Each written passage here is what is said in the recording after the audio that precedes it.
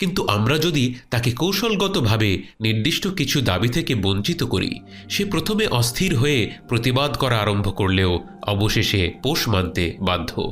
যারা নিয়মিত ব্যায়াম করে তাদের জন্য ব্যায়াম করতে যাওয়া শুধু সহজই হয়ে যায় না, বরং তারা তা প্রচণ্ড রকম উপভোগ করেন। ব্যায়াম করার সময় শরীরে যে এন্ডরফিন রিলিজ হয় তার কারণে মানুষ এক প্রকার প্রফুল্লতা অনুভব করে। নফস তখন সেই প্রফুল্লতার স্বাদ পেয়ে যায় এবং ধীরে ধীরে সে সেটাকেই চাইতে থাকে। অথচ এই অভ্যাস গড়ে তোলার আগ পর্যন্ত নফসের মনে হতো সোফায় আরাম করে বসে থাকা কতই না আনন্দের। এই একই জিনিস ঘটে আধ্যাত্মিক অভ্যাসের বেলায়ও।